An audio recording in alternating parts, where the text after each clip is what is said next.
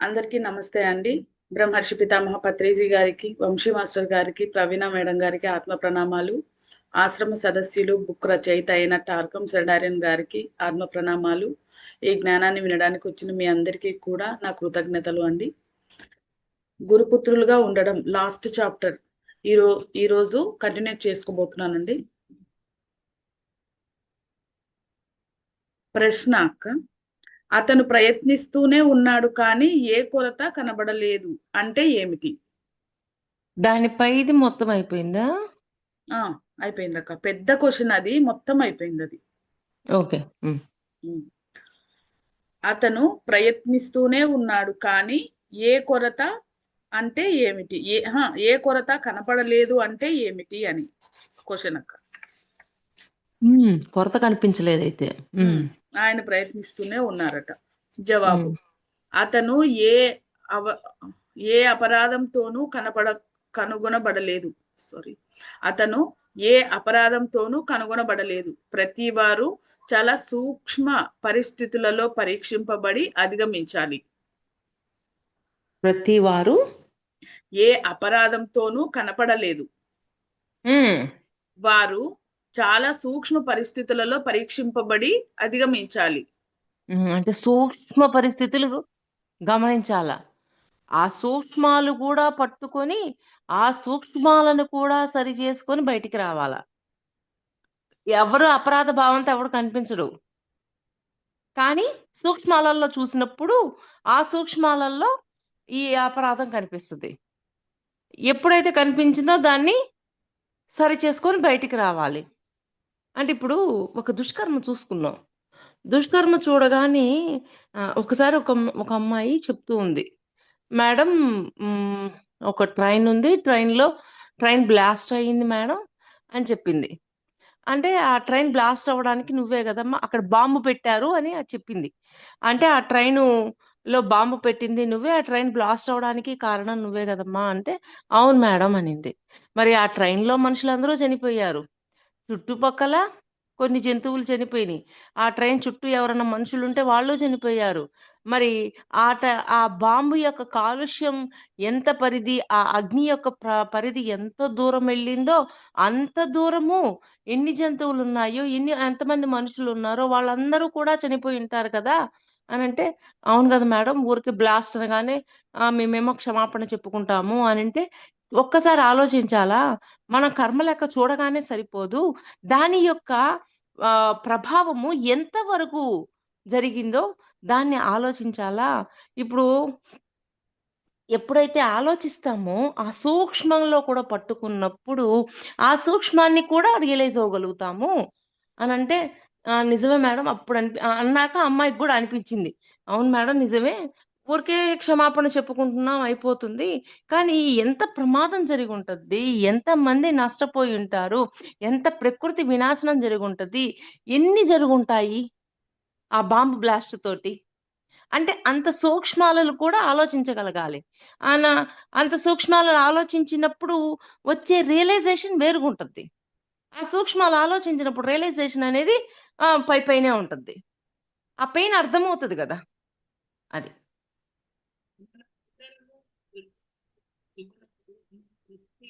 ఏంది వాయిస్ వినపడ్డంలా. మళ్ళీ చెప్పు. మనమందరము ఓకేనక్క, మనమందరము మన దుర్గుణాలు, సుగుణాలు, మన వృత్తి బంధాలతో పరీక్షింపబడతాము. ఆధ్యాత్మికతలో ప్రతిసారి మీరు పరీక్షింపబడతారు, అంటే ప్రతి పరీక్ష జరుగుతూనే ఉంటుంది. కానీ ఒక విషయం గుర్తుంచుకోండి, మీ ఆధ్యాత్మికత మీ స్వలాభం కోసం కాదు, అది మీరు పుత్రునిగా మారడం కోసం. మీ స్థాయి మేరకు సహాయం, సేవ చెయ్యండి. సేవ చేసే కొద్దీ పుత్రునిగా మారడం కోసమే ఇవన్నీ జరుగుతున్నాయి. మరి ఆ సూక్ష్మాలు లెక్కలేసి క్షమాపణ చెప్పినప్పుడు ఆ దివ్యత్వము ఎంతగా ఉంటుందో ఒకసారి ఆలోచించండి. పైపైన చెప్పేదానికి లోతుల్లో ఉన్న సూక్ష్మాలను కూడా పట్టుకొని చెప్పేదానికి దివ్యత్వంలో డిఫరెన్స్ ఉంటుందా ఉండదా? అది మరొక ప్రశ్న, శిష్యుడు తనను తాను ఎంతో స్వచ్ఛపరుచుకున్నాడు, తన ఆలోచనలు, కోరికలు మాస్టర్కు ఏ ఇబ్బంది కలుగజేయకుండా చూసుకున్నాడు. అది ఏ విధంగా సాధ్యం? ఉమ్, ఆన్సర్: ధ్యానం, సేవల ద్వారా మీకు అవివేకపు కోరికలు, ఆలోచనలు ఉంటే వాటి ప్రభావం మాస్టర్పై పడుతుంది. ఉమ్. అందువలన ఆయన మిమ్మల్ని 2 సంవత్సరాలలో, 2 జన్మలలో, 20 జన్మలలో మీరు సిద్ధమయ్యేటంత వరకు దూరం మిమ్మల్ని పెట్టవచ్చు. అంతే. ఆయన మీ కోరికలు, ఆలోచనలు, చర్యలు స్వచ్ఛంగా ఉన్నాయని భావించినప్పుడు ఆయనే మిమ్మల్ని తన వైపు సన్నిహితంగా లాక్కుంటాడు. మనం ముందు కూడా చెప్పుకున్నామా? ఇదేనా చెప్పుకోవడం? ముందు కూడా చెప్పాం కదా, ఇట్లాగా అవునక్క. సన్నిహితం అంటే 2 జన్మలు, లేదక్క. 20 జన్మలు గమనించి ఆ తర్వాత సన్నిహితంగా ఉన్నాయి అనుకున్నప్పుడే గురువు దగ్గరికి తీసుకుంటాడు. అవును. ఉమ్, ధ్యానం, సేవ మీ మధ్య అయస్కాంత బంధం ఏర్పరుస్తాయి. ఉమ్, సరి అయిన ధ్యానం చెయ్యండి. ధ్యానం నీరు వంటిది. నీరు నేలను కలిసి ఇటుకలను నిర్మిస్తుంది. నీరు నేలను అంటే మట్టి కలిసి ఉమ్, ఇటుకలను నిర్మిస్తుంది. ఉమ్. నేల అంటే సుప్త చైతన్యం. ధ్యానం అనేది శక్తి. ఓకే. ధ్యానం మీ సుప్త చేతనాన్ని స్వచ్ఛపరిచి దానిలోని పదార్థాన్ని ఉపయోగిస్తుంది. ఉమ్, అందుకోసం ధ్యానం చేసినప్పుడు మధ్యలో ఆపకండి. ఆపితే మీ సుప్త చైతన్యాన్ని ముంచెత్తుతుంది. ఆహా, మీ శుద్ధ చైతన్యాన్ని. సుప్త చైతన్యము మీ ఉమ్, చైతన్యాన్నే ముంచెత్తుతుంది. అంటే చైతన్యాన్నే స్పాయిల్ చేస్తుంది ఉమ్. ధ్యానం మధ్యలో ఆపేస్తే. అంటే అర్థం ఎందుకని? కాదు. అంటే అంటే ధ్యానం ఆపేసాం రా. ధ్యానము అంటే చెకింగ్ ఆపేసాము, సెల్ఫ్ చెకింగ్ ఆపేసాము, ప్రబోధం ఆపేసాము, ఉమ్, పుస్తకాలు చదవడం ఆపేసాం. ఒక్కసారి నెల రోజులు గాని అలా వదిలేసామంటే ఎట్లుంటామో తెలుసా మనకి? ఏమి? ఎరుకుండదు, పాడుండదు, ఎడబడితే అట్లా అయిపోతుంది పరిస్థితి.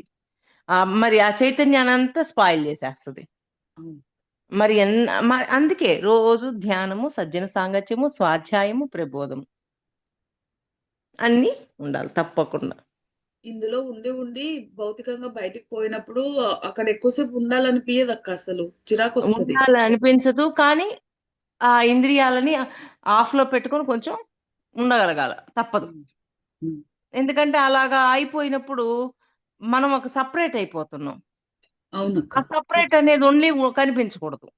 సపరేట్ అయ్యాము అన్నట్లు ఉండకూడదు, అలాగని సపరేట్ గా ఉన్నాము అని వాళ్ళకి అనిపించకూడదు. అందుకే మన ఇంద్రియాలు ఆన్ అంటే ఆన్, ఆఫ్ అంటే ఆఫ్.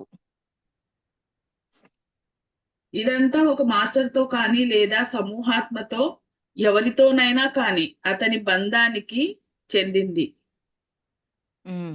అతని ఉపదేశం తీసుకోవడం పైన ఇది ఆధారపడి ఉంటుంది. అంటే ఆ మాస్టర్ నుంచి ఉపదేశం తీసుకోవడం మీద ఆధారపడి ఉంటుంది. ఏంటి? ఉండడము, మరి చైతన్యాన్ని సరి చేసుకోగలుగుతామా? చైతన్యాన్ని మళ్ళా ముంచేస్తున్నామా? ఏం చేస్తున్నాం ఆ పదార్థాన్ని అని. ఉమ్. ఉపదేశం పొందిన వారు గురుపుత్రులు అవ్వకపోవచ్చు. ఉమ్.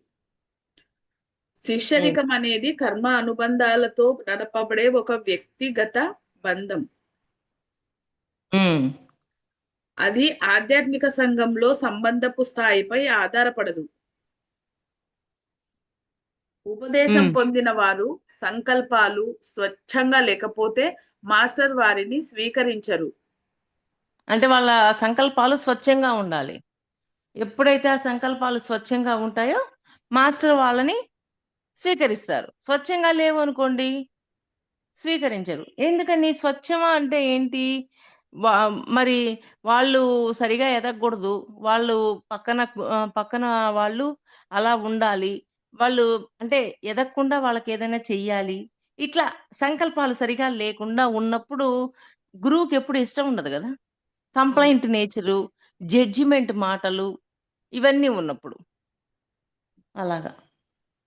అందుకే టిబెటన్ మాస్టర్ చీకటి శక్తులు కూడా ఉపదేశం పొందుతాయి.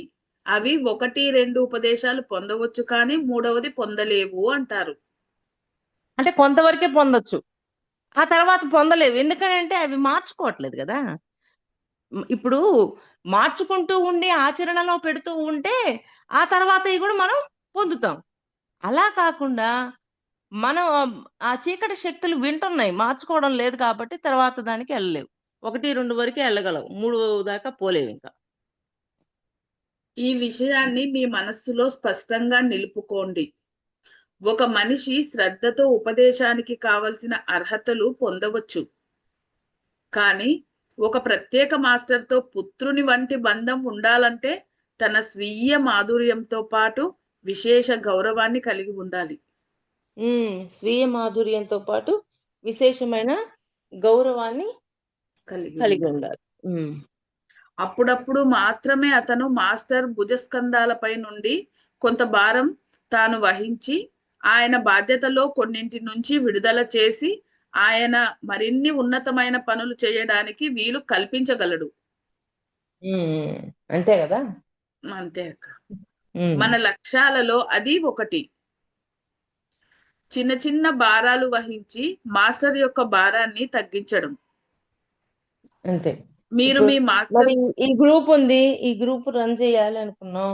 మరి మీరందరూ చాలా మంది ఆ టైంకి పెట్టదో ఒక టైంకి క్లాస్ పెడుతున్నారు, షెడ్యూల్ చేస్తున్నారు, క్లాసులు చెప్తున్నారు, ఇవన్నీ కూడా చేస్తూ ఉన్నారు కదా.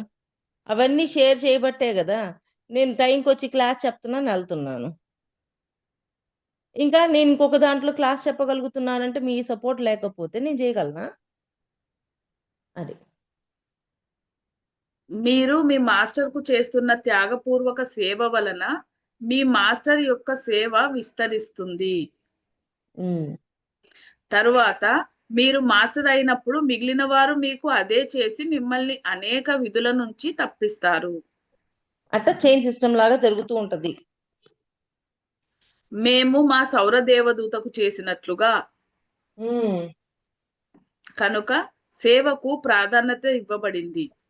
ఎందుకంటే ఒక మనిషి సేవ చేయడం ద్వారా మాత్రమే అభివృద్ధి చెందగలడు. అంటే సేవలు ఎప్పుడు ఉండాల. సేవ చేస్తూ ఉంటేనే అభివృద్ధి ఫాస్ట్ గా జరుగుద్ది అని చెప్తారు ఆయన. రెండవ సూక్ష్మ స్థాయి ప్రకంపన యొక్క ముఖ్య విషయం అదే. ఉమ్. ఈ కాలంలో మాస్టర్ తన పుత్రునితో కలిసి వారిద్దరూ కలిసి చేయవలసిన కార్యక్రమపు ప్రణాళిక రూపొందిస్తారు. ఉమ్. ఈ విధంగా ఆయన తన శిష్యుని విచక్షణను, విధిని పెంపొందించి తన భారాన్ని కొంత తగ్గించి మరొక ముఖ్య కార్యక్రమాన్ని చేపడతారు. అంతే. ఆ చివరి కాలంలో మనిషి తన మార్గంలోని చివరి దశలపై పట్టు సాధిస్తూ తన సమూహంతోనూ అధిష్టానంతోనూ మరింత మరింత సన్నిహితంగా చేరువవుతారు. మళ్ళీ చదువు లైను.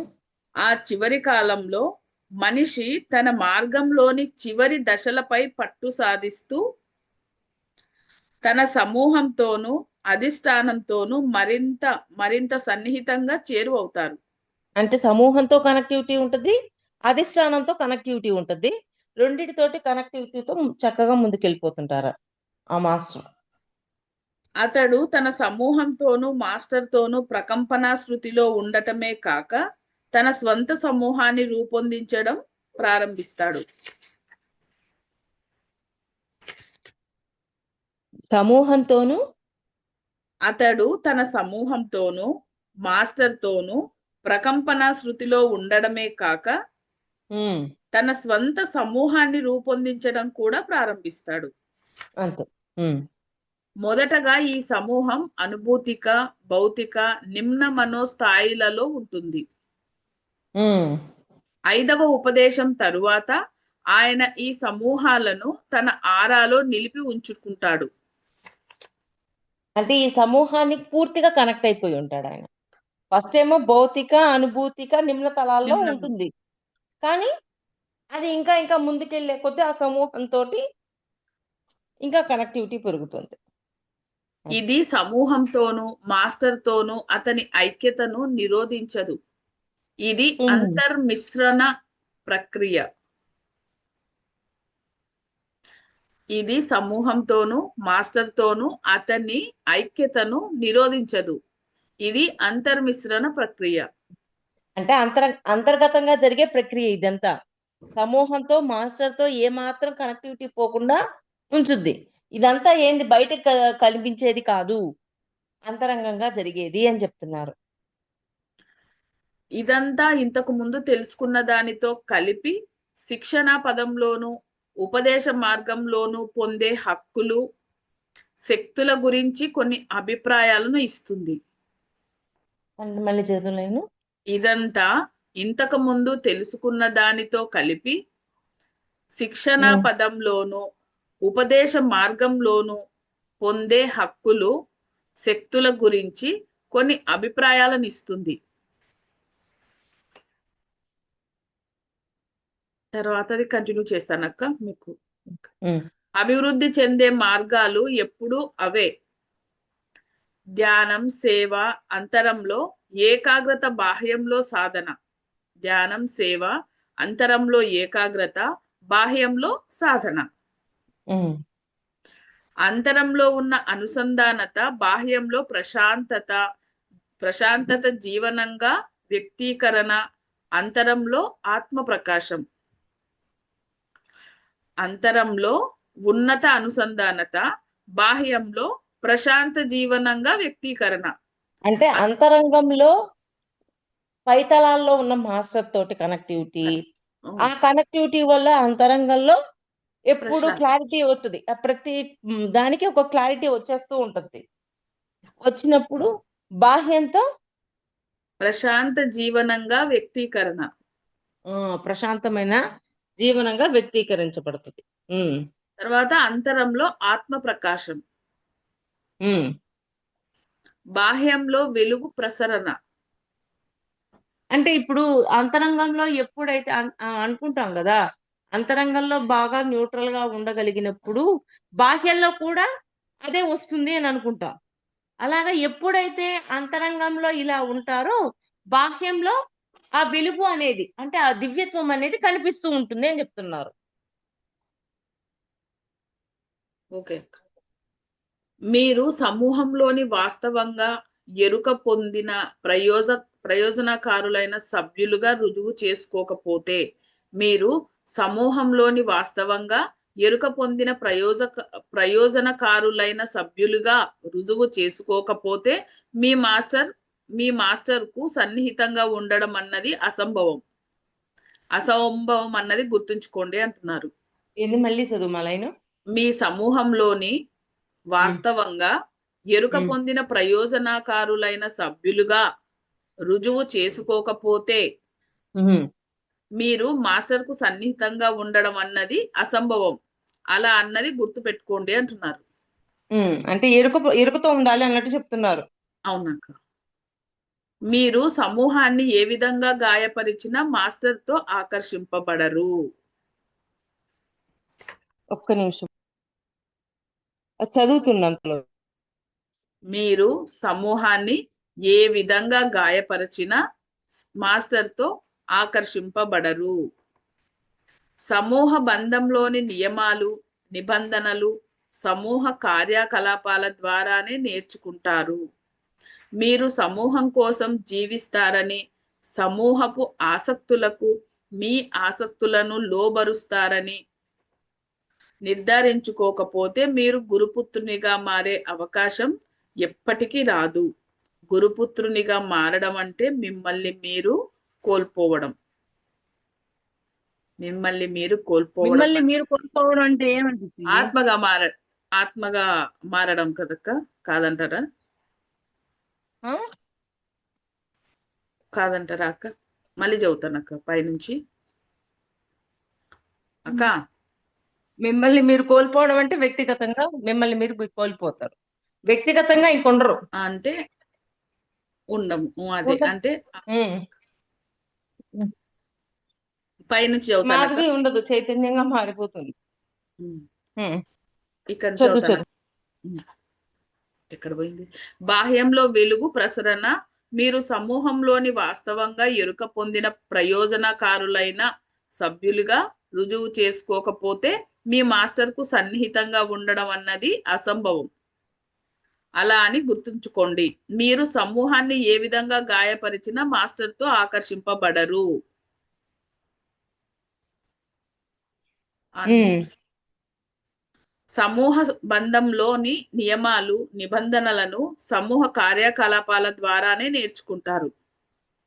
అంటే సమూహంలో ఉంటేనే అవన్నీ వస్తాయి. సమూహంలో లేకపోతే అవన్నీ రావు. రావు. కార్యకలాపాలంటే అక్కడ ఉన్న పనులు చేస్తూ ఉన్నప్పుడు అవన్నీ వస్తూ ఉంటాయి అని. మీరు సమూహం కోసం జీవిస్తారని, సమూహపు ఆసక్తులకు మీ ఆసక్తులను లోబరుస్తారని నిర్ధారించకపోతే మీరు గురుపుత్రునిగా మారే అవకాశం ఎప్పటికీ రాదు. ఏంటి లాస్ట్ చదువుమా? మీరు సమూహం కోసం జీవిస్తారని, ఉమ్. సమూహపు ఆసక్తులకు మీ ఆసక్తులను లోబరుస్తారని నిర్ధారించుకోకపోతే మీరు గురుపుత్రునిగా మారే అవకాశం ఎప్పటికీ రాదు.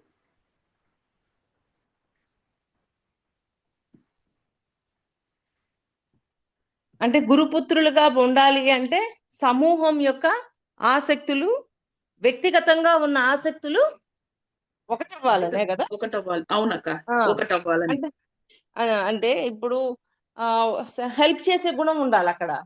ఎప్పుడు ఏ సహాయం అవసరమో ఆ సహాయం చేసేటట్లుగా మనం ఉండగలగాలి. అది. గురుపుత్రునిగా మారటం అంటే మిమ్మల్ని మీరు కోల్పోవటం. అంతే. ఓకే ఫ్రెండ్స్, ఈ రోజుతో ఆశ్రమ సదస్సులు బుక్ కంప్లీట్ అయింది. ఇంతటి అవకాశం ఇచ్చిన ప్రవీణ మాస్టర్ గారికి, అలాగే నాకు ఈ బుక్ చదవడానికి అవకాశం ఇచ్చిన తార్కం సెడారియన్ గారికి హృదయపూర్వక ఆత్మాభివందనాలు. మీ అందరు విన్నందుకు కూడా చాలా థ్యాంక్స్ ఫ్రెండ్స్. మరి కొత్త బుక్ తో కలుసుకుందాము. బుక్ పేరు స్వేచ్ఛేచ్ఛ.